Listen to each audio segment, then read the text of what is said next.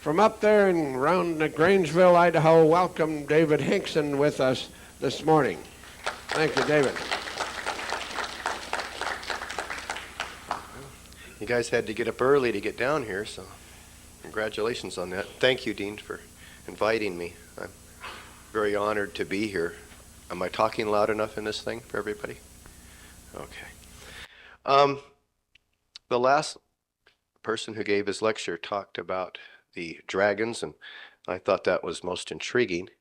I'd like to talk today a little bit about who, or maybe prove to some of you people in the audience that we have already been taken over, and it's not something that's going to happen, it's already happened. And we need to help you to where you can see that you have been taken over and maybe clarify who took you over and why. Dean asked me to talk about the common law today, and that would be the main theme of what we're going to speak about. I would like to say that a lot of people have made a lot of assumptions over the years. You live your life with lots and lots of assumptions. Most of them are wrong, and we'll talk about some assumptions here. I have some books here that date back. Most people here, I think, have heard of John Locke. John Locke wrote a series of 12 books. I think it's 12 books, 13 books. A couple hundred years ago, the founding fathers of this nation used the John Locke books when they created this country. John Locke, if you get his books and read them, this one's called The Reasonableness of Christianity. And the one theme that is very interesting in the John Locke commentaries, and I would recommend everybody here get a set of these, okay, is that the law called common law was a law that Jesus brought to earth and gave to man. It is the law that God sent down through Jesus. And so common law, if you understand what common law really is, okay, is, according to John Locke, the law of God that you're supposed to be living. Now, this is intriguing because many, many years ago, after the Christian religion got established, the peasants in England were upset because they wanted their common law rights. I'll see if I can speed this up a little bit. They surrounded the castle because Christianity had swept Europe. They surrounded the castle and they threatened to kill the Queen of England and the King of England if they didn't get their common law rights, because all men are created equal, and they wanted these rights.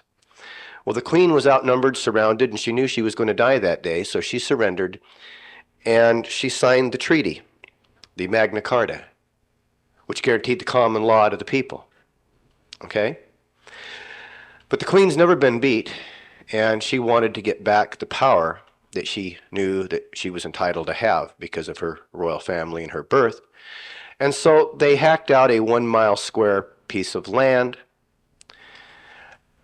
put statutory law in this land, and got all the people who lived all over England to admit that they were British and subjects of the mile square. We have treaties that show that the English crown financed both sides of the Revolutionary War and the War of Independence. They created the 10-mile square just like she created the 1 mile square. It was part of the conspiracy. Abe Lincoln was elected President of the United States. I do not believe he was ever President of the United States of America. The President of the United States was somebody only in charge of 10 Mile Square. He was never the president of this combined nation. There was 2 presidents during this period of time.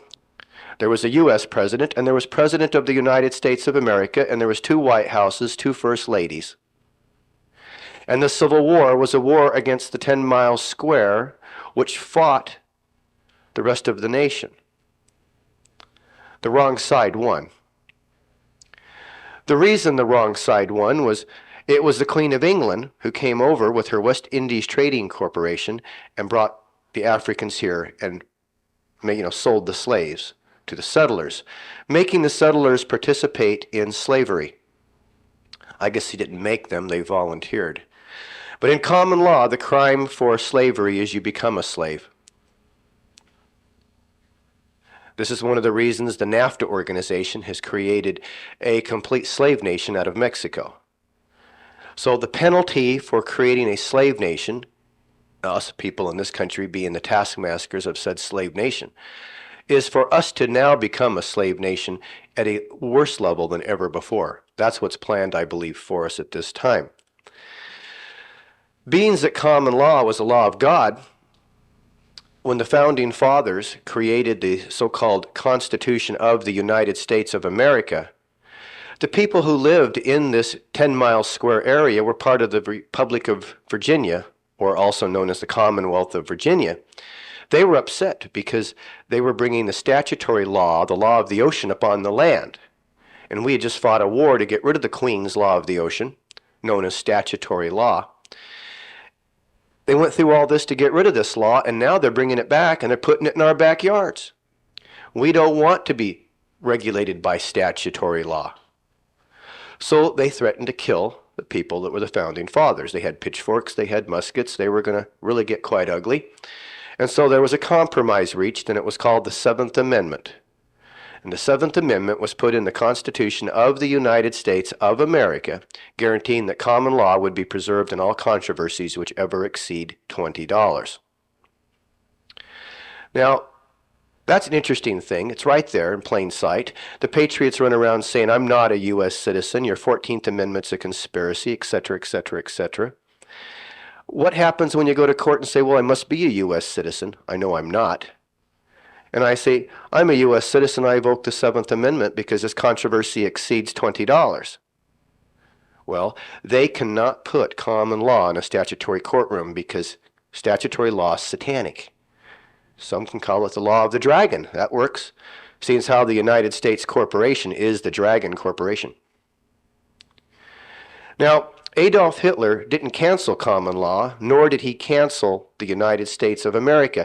If you go to the courthouse, every single property, every single deed that is supposedly BLM, Forest Service, is all still in the name of the United States of America.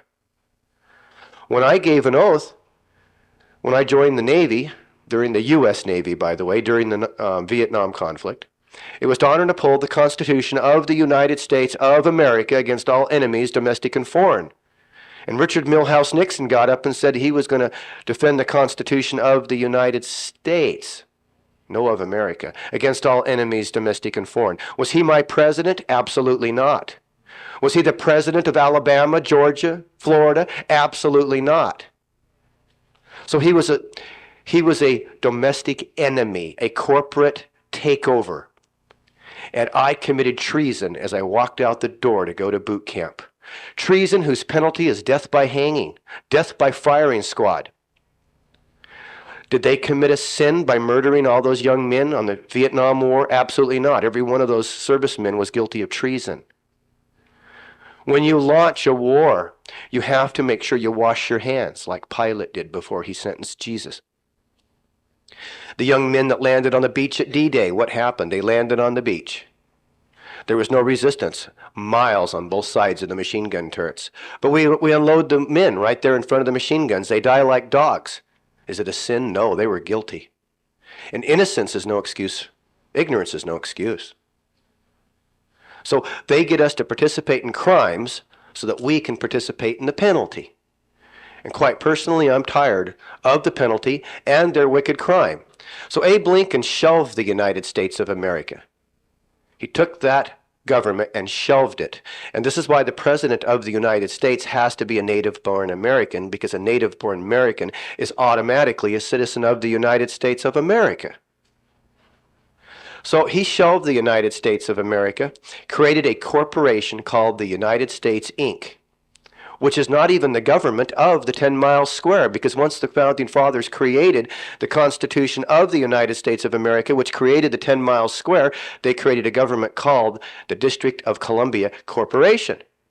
Is the United States Corporation the District of Columbia Corporation? Absolutely not. So what is this corporation? I can't find where it was ever created. It has no creation on this continent. I believe the Queen of England and the House of Windsor own it. It's my belief. I looked at some papers that Howard Griswold had showing that all of the revised statutes in all the states were copyrighted by the royal family of England. I don't know if you people know that all the laws are copyrighted. It's kind of an interesting scenario. But back to what I was saying. So Abe Lincoln shelved the United States of America, created this corporate U.S., which is a corporation. And you know what? You can't be a citizen of a corporation. That is impossible. There's no such thing as a citizen of a corporation. Corporations don't have anything in them that are alive. They just don't. So they created the 14th Amendment for their corporation. Now, the U.S. Constitution is corporate bylaws of Corporation United States. Where did it come from? They stole the amendments, or borrowed them, is another way of saying it. They borrowed the amendments and the articles from the Constitution of the United States and adopted it as the corporate bylaws of this new phony corporation. Now, they wanted to get you guys to be citizens of the corporation, but since there is a God and common law ties to the Creator God, they had to get you dead. So by putting your name in all capital letters in the English language, you are judicially dead. You have no rights. I've done many lawsuits. I've worked in some of the most prestigious law firms in the country. And I can tell you, I looked at these attorneys and I said, why is my name capital D, capital A, capital V, capital I, capital D? Oh, we don't know. We were taught that in law school. Kind of intriguing.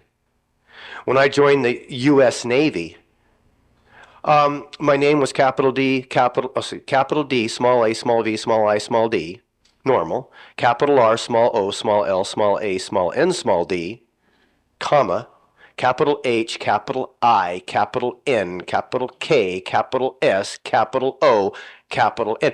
What the heck for? I asked. Why is my last name all capped and the rest not? I stopped and I'm too stupid. I wanted to know why. Because I was, these people, I watch these World War II movies. They're fighting for the United States.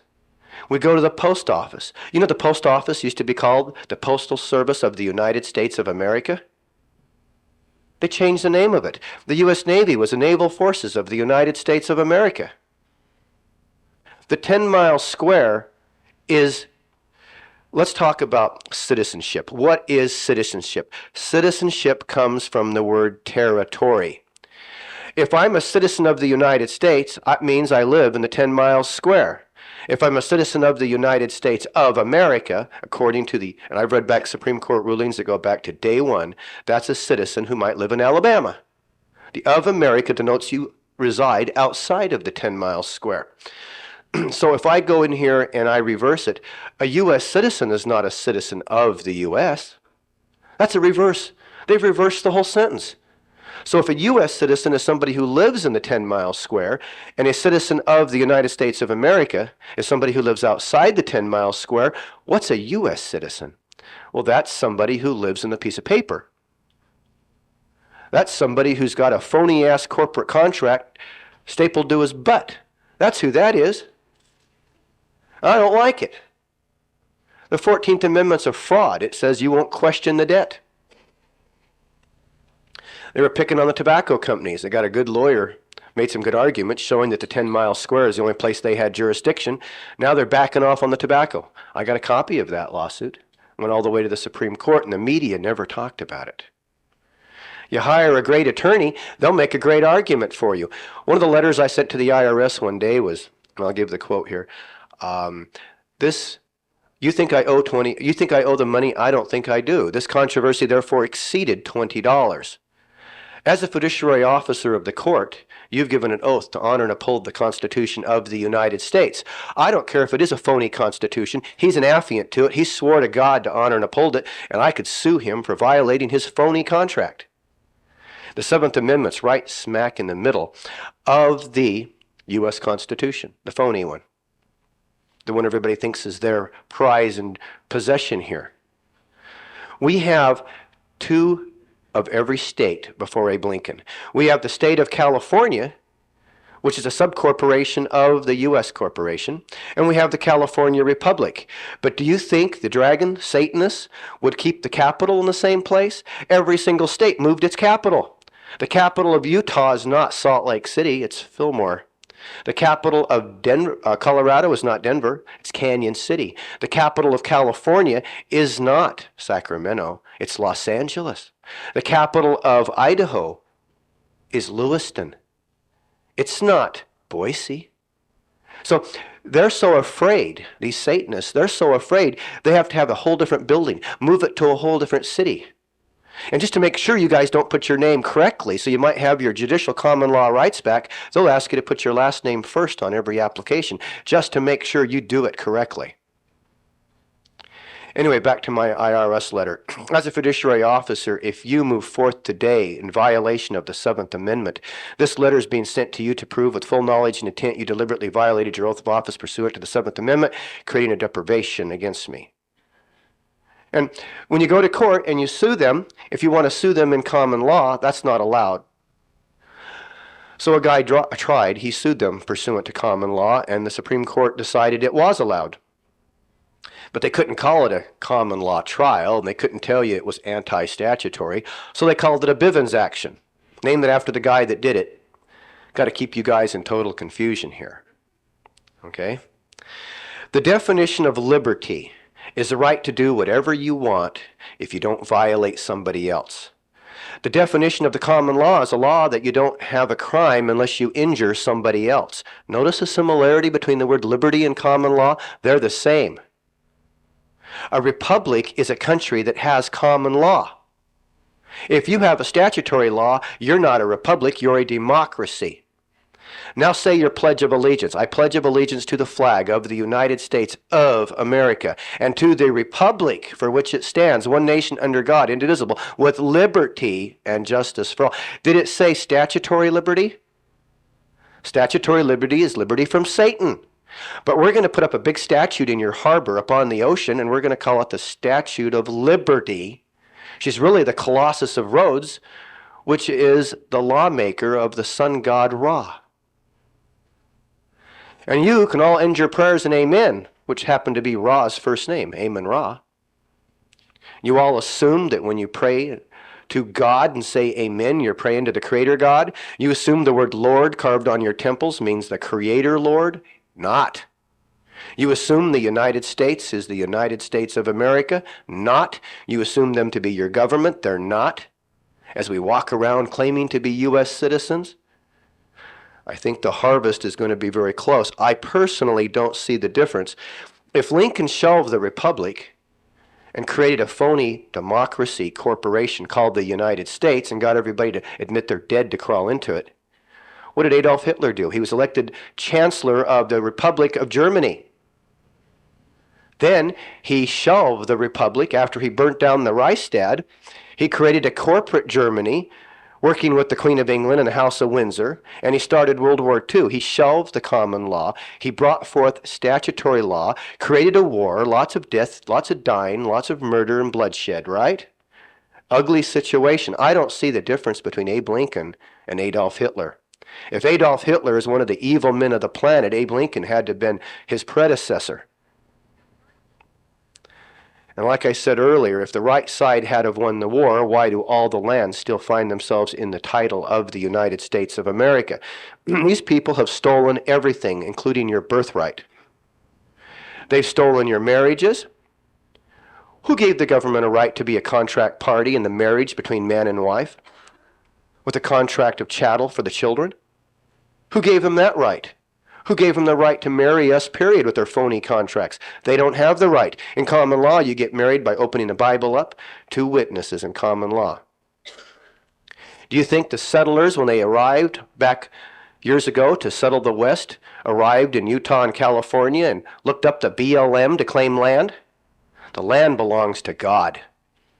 And any person with the right of liberty has a right to move on any unappropriated land and take it for himself. As long as he violates nobody, he has the right of liberty. He has a right to claim the land in the name of God. So when Nevada joined the Union, the Democracy Union, because it joined after Abe Lincoln seized power, the citizens were all asked to vote by statehood, a thing called a disclaimer clause, where they forever disclaimed all the unappropriated lands. Now, I thought that might be a quick claim deed from the people to the U.S. corporate government. It's not. What were the citizens really saying? They were saying, we forever surrender our unappropriated lands to the United States. What they were really saying was, we won't claim anymore because we don't have any rights pursuant to God. We're judicially dead. Because the United States phony corporation Constitution says they can only own 10 miles square. Even their phony Constitution says that. They can't take that land.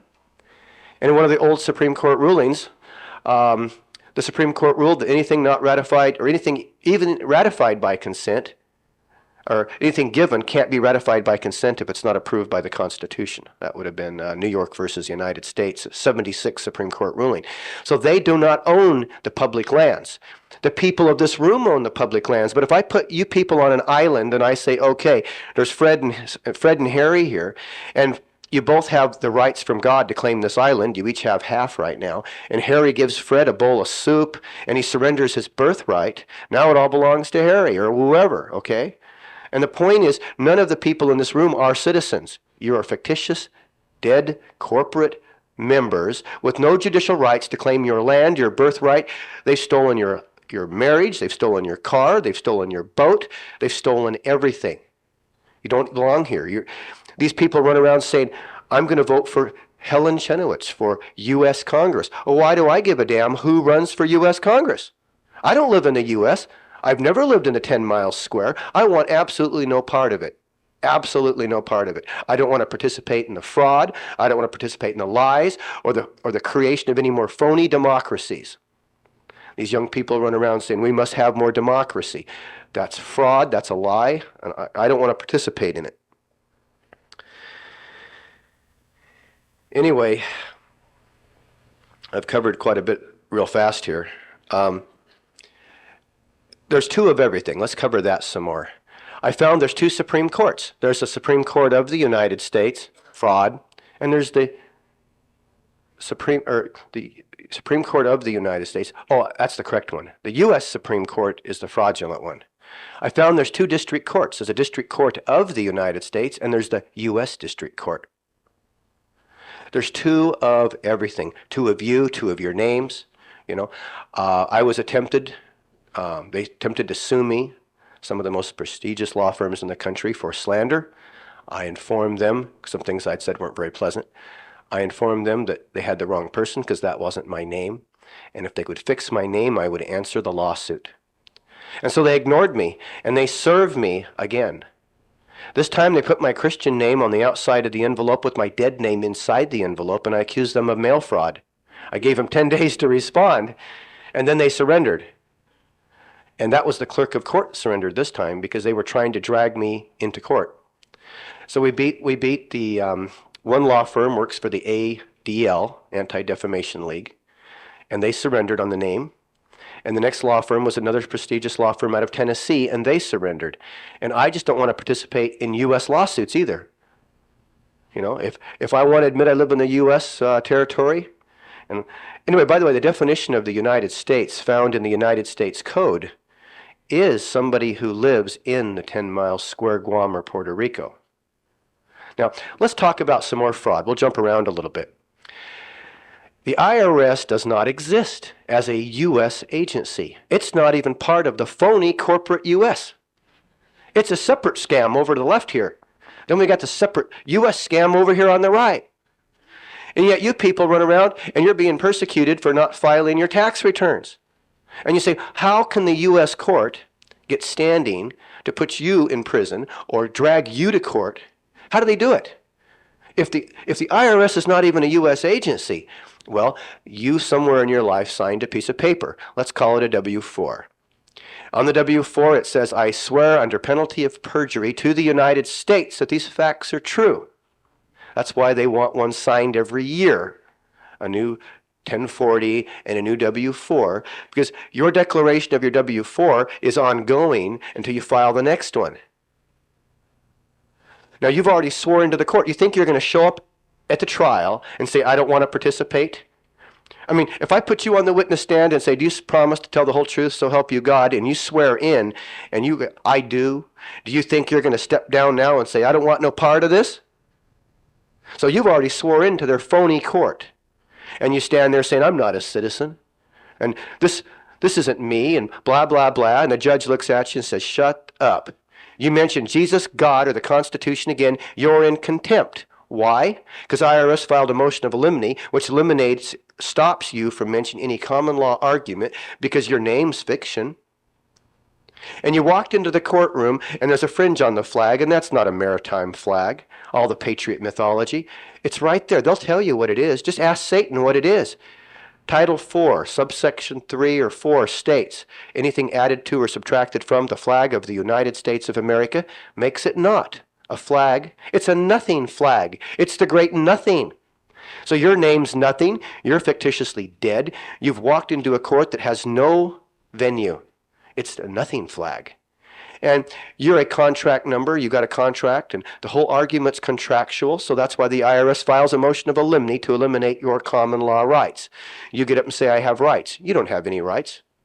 You got none. You're judicially dead. Now, years ago, I was a doorman at the Trop. I've never been a big tax protester at all. In fact, I was never a troublemaker. But I was studying law and working for a law firm out of Vegas. And I had some ideas and some concepts, and I wanted to try them out. And so I took my W-4. I was a doorman at the Tropicana Hotel, and I wrote above my signature on the W-4, forced to sign as a condition of employment. Was that my signature anymore? No. If I point a gun at you and make you sign your name for the deed to your house, is it your signature? No, sir. It's not your signature unless it's a free will. Where does that concept come from? Common law. Now, if it's not your signature, guess what I put under penalty of perjury for the United States? I crossed it off and wrote against my Christian religion. Then across the face of this slimy thing, I wrote exempt, E-X-E-M-P-T. And the girl behind the counter says, you can't do this. I said, how I fill out my satanic forms is my business. She says, well, I guess we'll accept it, but let me talk to my supervisor. She brings out her supervisor, and pretty soon she's upset. Well, I got my way. I said, it's not your fight. I want to fight Internal Revenue Service. And I knew I only owed them $100 for the year, and I just wanted to see what would happen. Well, 3 months later, I got a letter. I was frightened. It came certified mail. And by the way, certified mail is U.S. mail. Registered mail is U.S. of A. There's 2 of everything. You just have to start looking. I opened up my certified letter. My name was in all capital letters, which I didn't know that wasn't me at the time, but I was happy to read somebody else's mail. And it said, and by the way, the letter came from the questionable W-4 reporting officer in Detroit, Michigan. He was an attorney. Attorney, by the way, means to attorn from common law to statutory law. Somebody who leaves you in the common law is called a counselor in law. A counselor at law moves you to attornment again. Okay? Anyway, the letter stated very plainly that David Roland Hinkson was now exempt from paying federal income taxes. And I was pretty proud of that letter. It wasn't that I wanted to not pay or pay. I just couldn't believe that IRS would send me such a fine presentment. And I went up and down the front door of the Tropicana parading this lovely letter to all the door people because the IRS had just showed up and told everybody they had to report their tips. Nobody had the courage. I figured, what could they do to me? I owe them $100. Even if it was a 500% penalty, I could still afford it. I just wanted to see if these concepts worked. And they do work. Many times you'll get in front of a judge and he will test you to see if you know what you're talking about, and if you don't, he'll just go right over the top of you. I could tell you some of the victories. I did a brief which proved that the BLM did not own the public lands, period. Didn't own a thing. A miner had $40,000 worth of rental fees to pay. I said that pursuant to the equal footing doctrine, all states enter the union equally. Texas never gave up any of their unappropriated lands. So if Texas never gave up her unappropriated lands, How could this guy in Colorado, how could Colorado surrender 80% of her lands? Doesn't that violate equal footing? Dang right. Then I said, well, all the people signed the disclaimer clause, but pursuant to the Supreme Court rulings that you can't surrender something even with consent. In other words, even when something is given that's not authorized by the Constitution, it can't be ratified with consent of the state officials. That was found in the New York versus United States case. I quoted that. And so the man kept all his mining claims, never paid his $40,000, and to this day he still has the claims. Now, you have the right, if you're a citizen of the United States of America, to claim unappropriated lands. So I claimed $1 million piece right next to a casino. Boulder Highway, Las Vegas. We still have it. What we did was we took the guy's mining claim. He had been red tagged on Monday. They gave him till Friday to vacate. And the BLM told him, we're going to clean off your property with semi-trucks and wreckers. We're going to bring out loaders and forklifts, and you're out of here. He didn't want to go. So we had a deed, a quitclaim deed, and we sold the property from his dead name in all capital letters as he claimed it as a U.S. citizen to his real name in upper and lower case with a comma or semicolon between the middle and last name.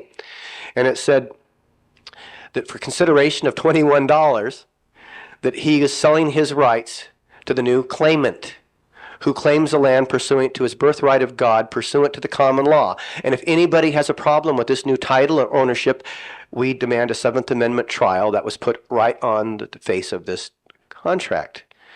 Well, the minute you record the document, you give it back to the phony United States corporation. All you people do not own your own homes.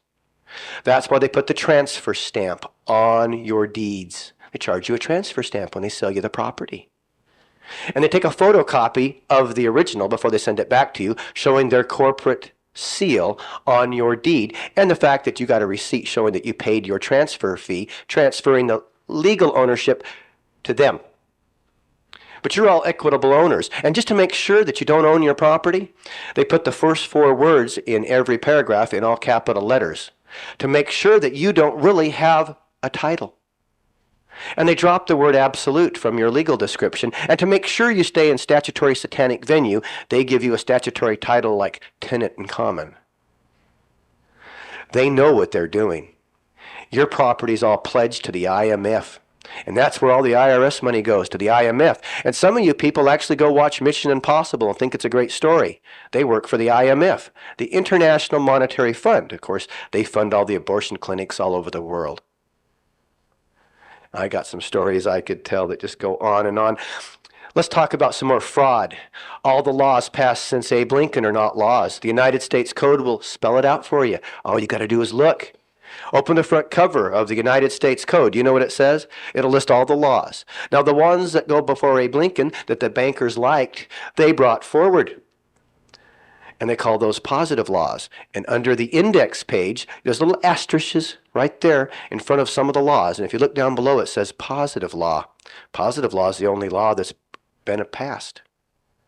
The rest of that law is not positive. There is no U.S. Congress. The only position that's positive law is the creation of the U.S. president. The president who's in charge of the 10 miles square. You see how ugly this is getting? There is no conspiracy. It's right there in plain view for those who can see. The Bible says those that have eyes will see. Those that have ears will hear. But everybody walks around with their blinders on. Okay? If that makes any sense. I've covered some of this already. The 14th Amendment, when you look at the U.S. Constitution and compare it to the Constitution of the United States of America, the of America Constitution has no 11, 12, 13, 14, 15, 16, none of that. And you have to ask questions like, if it took a on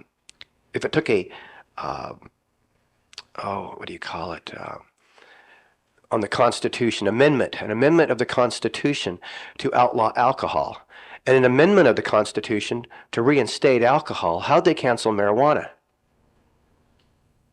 See, the problem is when you say you're a U.S. citizen, you belong to the piece of paper, not to a territory, not to, you see, and when we're all born with our common law rights. So therefore, the citizens of Nevada who surrendered their common law rights, Okay, by voting for this democracy. The first woman that got pregnant at spring break, they were down there in Daytona Beach. She's pregnant, she has a baby. Guess what? The baby has its common law rights again.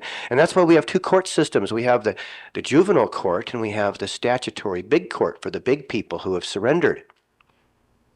Now, we have to have two of everything, don't we? So they don't want you people to have your rights. Now, in common law, the age of contract is age 14, not 18. That's why when you rape somebody and you're a U.S. citizen, it's called statutory rape. You rape pursuant to statute. The law of legal age is 14, not 18. So you're all 16 and your contracts don't mean a thing because, gosh, you're just not old enough to vote or old enough to do anything yet, are you? So what'd you guys do? You went down and got your driver's license and you thought you weren't old enough to contract, but they're going to let you come down and enter a contract and they put your name in all capital letters right there on that picture thing. Put your picture, which is you, and you sign that is you under your all capitalized name. You take your social security number, which is the number assigned to the fictitious name, and you're styling. It's a mark of the beast all the way. It's you. And you go to your high school graduation, you wear your Masonic robes, put on your little black caps, and then you get your degrees. And it just sort of escalates from there. It gets more unpleasant as you go. And you stand up and say, I got rights. No, you don't have any rights. You don't even have a birthright, let alone rights. They've stolen your God. Most of the religions are phony. They're set up to take away. And the minute you go vote and register to vote, you're admitting you're a U.S. citizen. You're admitting you don't live here. So they make sure you get your driver's license. They take your birthright. Now you're going down the rivers of tar, and you see this highway patrol, which is an illegal standing army. It's a cruiser, but you're not really alive, so they're not really violating the law. And they pull you over and they say, can I see your registration and your driver's license? Well, you get out your driver's license and what do you say? You say, well, here. And the officer says, is this you? He's taught to say that, you see, because the name is fictitious. It's your picture. Oh, of course that's me. Aren't you blind? That's a good day. I took a good picture that day. But he's taught to ask that. And then you go to court and the judge goes to a secret judge school where he takes silent judicial notice that we're in bankruptcy. The U.S. is a bankrupt corporation. And you people, if you were even legitimate, you would be stockholders, not citizens. You can only own stock in a corporation. But if anybody here wants to buy my U.S. stock, it's for sale for $21. I'm really glad to sell it to you. You can have my birthright. Anything associated with the United States, I will surrender to anybody that wants it. Because I'm a citizen of the United States of America. And Bill Clinton's not my president. And that Congress is not my Congress. I think one of my favorite Supreme Court rulings, even for the U.S. Supreme Court, which is one just for the phony people here, was Schechter. Roosevelt came out with his New Deal. And it was pretty ugly, and he was going for everything at the time. And the Supreme Court of the United States said that the only power that the government had was commerce. And if commerce starts when an object is shipped, and it ends when it arrives, and therefore the 10-mile square has no jurisdiction once an object gets there. Wow. Then there was another Supreme Court ruling called the 4 cans of yogurt case, where the new FDA, because just created it by Roosevelt, seized a bunch of adulterated yogurt. And they asked for a 7th Amendment trial, and the government was upset, and the Supreme Court ruled that they couldn't regulate the yogurt because it was worth more than $21. And now we stand around. We stand around with this situation. What's going on here? I mean, we're here, and the government's saying, we have the power of treaty. This is our big secret. Oh, that duck landed in the pond over here. Oh, it crossed a state line. Oh, this gentleman down here had his gutter with water in it, and it flowed across the yard, and it flowed to the next river, and to the next river, and it flowed to another river, and it flowed to another river. And they draw these maps up, the Department of Interior, showing where all the tributaries go. And my gosh, your gutter crossed the state line. Yes, it did. And we're going to call it a wetlands, and we're going to arrest you for cleaning out your own gutter. We're going to make sure we resell you all your property because you're a gutter person. And so one of the briefs I did against the so-called government was I said, because the guy was going to prison, and I saved him. He was in Utah. And I said, Salt Lake's in the middle of the state. Never crossed a state line. The water flowed out of this gutter, went to this gutter, went to this gutter, flowed through this river, and ended up in the Great Salt Lake, and it never crossed a state line. Therefore, you don't have any interstate commerce. You have no jurisdiction. Well, that upset them. So here's the point. Nobody has ever argued the Seventh Amendment against the Commerce Clause. Maybe I want to ship a load of machine guns across the border. Maybe it's outlawed machine guns, but they're worth more than $21. The Commerce Clause never gave them power to regulate anything. It gave them the power to charge a little bit of tax on about 3 items: alcohol, tobacco and guns. They can charge a tax. But the Constitution never said they could regulate it. The power of commerce was there for one reason and one reason only: to make sure that nobody stops commerce. It was a guarantee to make sure that commerce was free-flowing from point A to point B. So if a federal agent comes to your door and says, you have violated FDA rules, I want a Seventh Amendment trial. It doesn't matter if I'm a U.S. citizen or a U.S. of A citizen. It doesn't matter if my name is dead and I'm judicially dead. If I evoke the Seventh Amendment, Jesus ascends into the courtroom. Now they got to deal with God. There was a patriot who was in court, and they'd taken his children, and they had made sex slaves, CIA sex slaves, this kind of thing. And his wife had died in prison. His crime was homeschooling. And the judge looked down at him and said, do you have anything to say before further sentencing? He was going back to prison.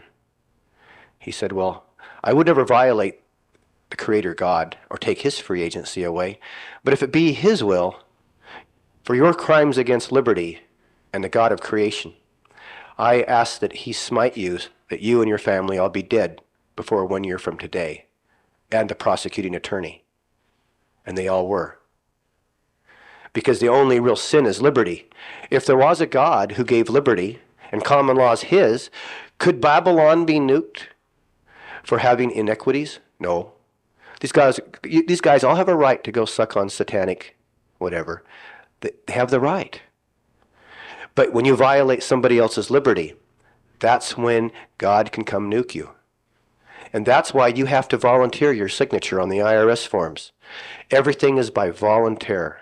They want you to volunteer. You have to volunteer. You have to take the mark of the beast as a voluntary thing. If I point a gun at one of you and say, sign your name, it's not your signature. That's not the mark of the beast. See, you got to volunteer so that they don't get nuked. They're afraid. They won't put your name. Churches that are 501c corporate churches have to put your name on their church records in all capital letters. They cannot put your name in upper and lower case. I offered the Mormon Church $10,000 to put my name Christian on my paperwork because I was born and raised supposedly a Mormon. For $10,000, they won't put my name on there. I offered them $50,000 2 years ago. All they had to do was put my name correctly on the church record, and I'd admit to be a Mormon. But I told them that's not my name. That's not me. I wasn't baptized. For $50,000, oh, it shouldn't be a problem. Oh, that doesn't matter. But when they became a 501c corporation, they changed their name from the Church of Jesus Christ. They changed their name to the Church of Jesus Christ of Latter-day Saints. And every one of these churches that became a 501c changed its name as it incorporated. I'm not trying to pick on them, but let's talk about surveying for a minute. There's two kinds of surveys. Got two of everything else, right? An oceanic survey of statutory law, what's it called? Basin meridian? What do you call a survey of common law? Well, it's called longitude and latitude. So we go into the west, and we bring in the U.S. Coast Guard, and we resurvey all of Utah and Colorado and Arizona underwater with a basin meridian survey.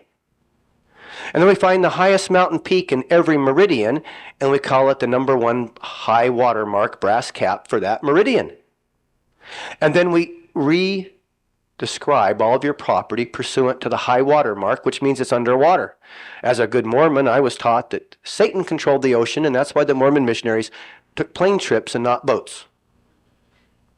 Well, if Satan controls the water, why'd you resurvey all of Utah underwater? Now, the symbol of Babylon was the eagle. Everybody heard that earlier. Well, the symbol for Satan is he's the god El. Lucifer, okay? The El is the god of light. He's the Illuminati. You put the L in front of the word eagle of Babylon, you got the word legal. And you describe your property, it's the legal description. So a legal description is a piece of property described pursuant to the boundary of underwater statutory law, satanic law. And they own it. And people here say, well, gosh, how come the IRS came in here and seized my house? You don't own your house. If the United States Corporation owns the state of California, and the state of California owns the recorder's office, and they got their corporate deed, and you gave them a transfer stamp, of course they can use a notice of lien to take what's yours. You got no right to it anyway. You're just a renter. In fact, we'll evict you on the courthouse steps. We don't even have to have a trial. You're dead. But none of this matters. I challenge anybody here to get any government agency to put your name in correct appellation. The United States Styles Manual, section 33.3, which is where the Masonic thing is for the kidnap the children and murder and rape and all that. I mean, 3.33, okay? But that, under 3.33, in the U.S. Styles Manual, it tells you how everything has to be put in the United States. And it says that an all capitalized name is a vivid personification. And if you look up vivid personification, it's an inanimate object like a rock named Harry. You people are inanimate. So you do your brief to go to court. Let's talk about some more fraud. The United States of America indicts you. Do you know that the United States of America was authorized to do a grand jury? Only republics can do grand juries, indictments. So you get your indictment. It says, greetings. The United States of America indicts you for the following crimes. And the word indictment is capital I, space with an underline, capital N, space with an underline, capital D, and the next thing's a space with an underline. There's no underline under the letters. It's in all capital letters, spaced out to make it not the word indictment. Got to make sure we don't violate our Creator God here. So we got the word indictment not really saying indictment. We have US of A up there, all capitalized. And then down below we change to United States, where they actually charge you with the crime. It says the United States this, the United States that. Well, goodness gracious. If I get arrested in Germany, and I'm going to be tried in Germany, and they sneak me to France in the dead of night, that's fraudulent conversion, a violation of international law. Every person in prison has been put and sentenced and charged wrongfully pursuant to this fraud. In common law, there's no prisons. That's why in Saudi Arabia they have the death penalty. People would rather die than go to prison. They don't want prisons. In common law, if you rape, whack. If you steal, whack. They'll cut off a body part, but they give you a choice. You can have 100 lashes, 100 floggings, get your head put in the stockade out there in the sun, get roasted. But, I mean, there are no prisons in the common law. How much time do we have left? Does anybody have any questions for the last minute? The executive orders, the first one created was by Abe Lincoln. They're not legitimate. Well, they're not legitimate because they're not positive law. They only affect people who live in the 10 miles square. Or a better way of saying it is they only affect people that are tied to their contract. You don't have to denounce your Social Security number. You never had one. That's not your name in all capital letters. Patriots run around saying, I'm going to denounce it. I never had one. Now my dead name did. Capital D, capital A, capital V, capital I. It was a signed one. All these treaties with The United Nations treaties. Okay, the national parks. The people own the land. The problem is there's no people left. You all live here, but you're not here. You're on the island, but you said that I'm a citizen of this piece of paper.